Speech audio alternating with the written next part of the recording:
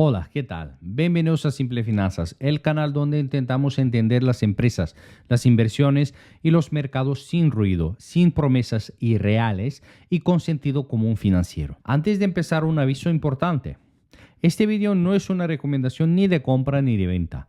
Es únicamente un análisis educativo sobre Adobe, pensado para ayudarte a entender mejor la empresa y el contexto del mercado. Cada inversor debe hacer su propio análisis y tomar sus propias decisiones. Dicho esto, vamos al tema de hoy. Las acciones de Adobe llevan meses cayendo con fuerza. Una empresa que durante años fue considerada un ejemplo casi perfecto de calidad, crecimiento y márgenes elevados.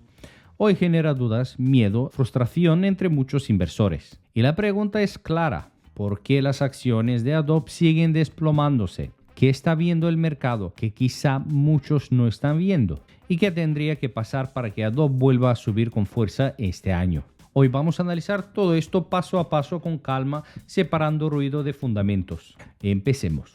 Adobe ha sido históricamente una de las joyas del software. Un modelo de suscripción sólido, ingresos recurrentes, productos líderes en su sector y una marca que prácticamente se convirtió en estándar de la industria. Pero incluso las mejores empresas pueden tener caídas importantes en bolsa. El primer gran motivo detrás de la caída de Adobe es la valoración excesiva del pasado. Durante años el mercado estuvo dispuesto a pagar múltiplos muy elevados por Adobe porque asumía que su crecimiento sería fuerte y constante durante mucho tiempo. Cuando una acción cotiza cara, no necesita malas noticias para caer. Solo necesita que las expectativas se ajusten un poquito. Y eso es exactamente lo que ocurrió.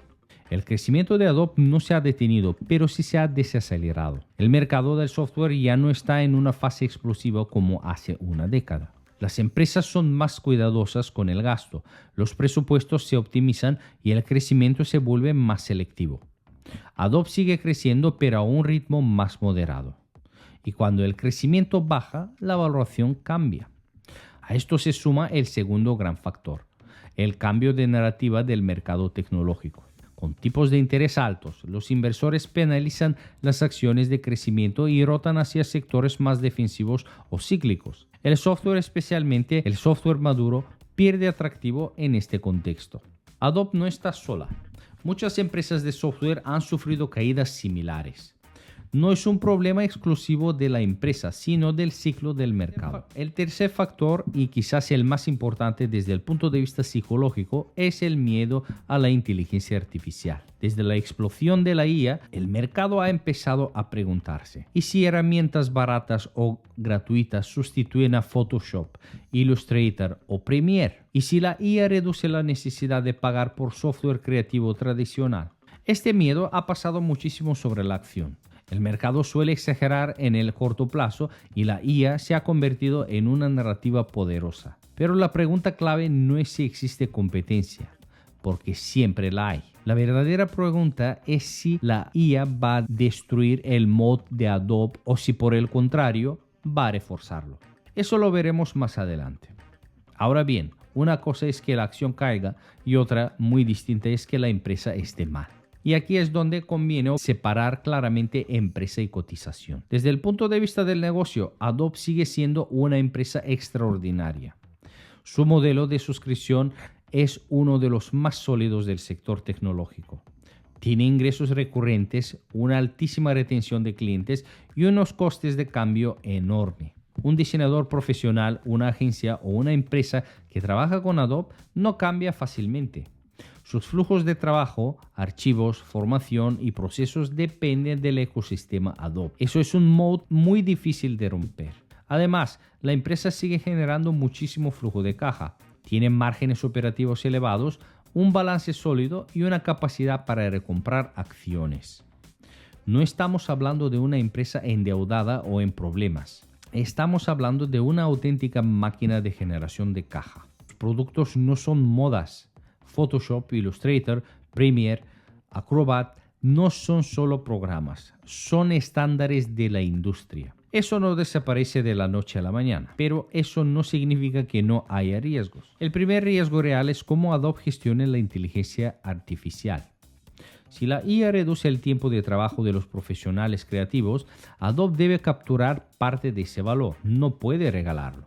La clave estará en monetizar la IA correctamente, integrándola dentro del flujo profesional y justificando precios más altos por mayor productividad. Aquí entra en juego Firefly, la apuesta de Adobe por la IA en su ecosistema. Si Adobe consigue que la IA sea una herramienta profesional, segura y comercialmente usable, entonces la IA no será una amenaza, sino una ventaja competitiva. La diferencia entre una herramienta gratuita de IA y Adobe no es solo la tecnología, es la calidad, la integración, el soporte, el cumplimiento legal y la confianza empresarial.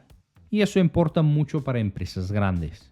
El segundo riesgo es que Adobe ya no vuelve a ser una empresa de crecimiento acelerado. Puede convertirse en una empresa de crecimiento moderado, muy rentable y muy estable. Eso no es malo, pero implica que el mercado no debería valorarla como una startup de alto crecimiento. El tercer riesgo es el sentimiento del mercado. A veces, incluso cuando una empresa está bien, el mercado tarda años en volver a premiarla. El riesgo no es que Adobe desaparezca, sino que el capital esté mal asignado durante demasiado tiempo.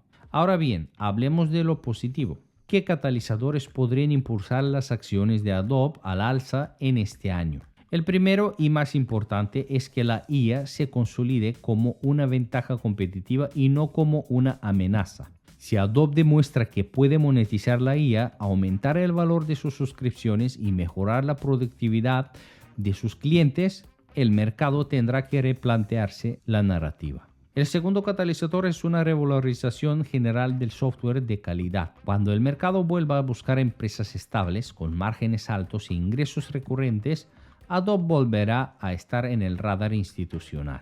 No como una empresa de moda, sino como un compounder de largo plazo.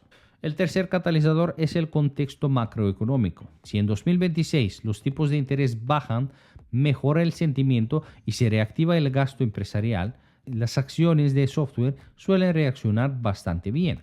Adobe está bien posicionada para beneficiarse de ese escenario. El cuarto catalizador es la creación de valor para el accionista. Adobe tiene capacidad para recomprar acciones, aumentar el beneficio por acción y generar valor de forma silenciosa pero constante. Eso no genera grandes titulares, pero a largo plazo marca la diferencia. En conclusión, Adobe es un ejemplo perfecto de una lección muy importante en inversión. Una gran empresa puede ser una mala inversión en determinado momento y más adelante volver a ser una gran oportunidad.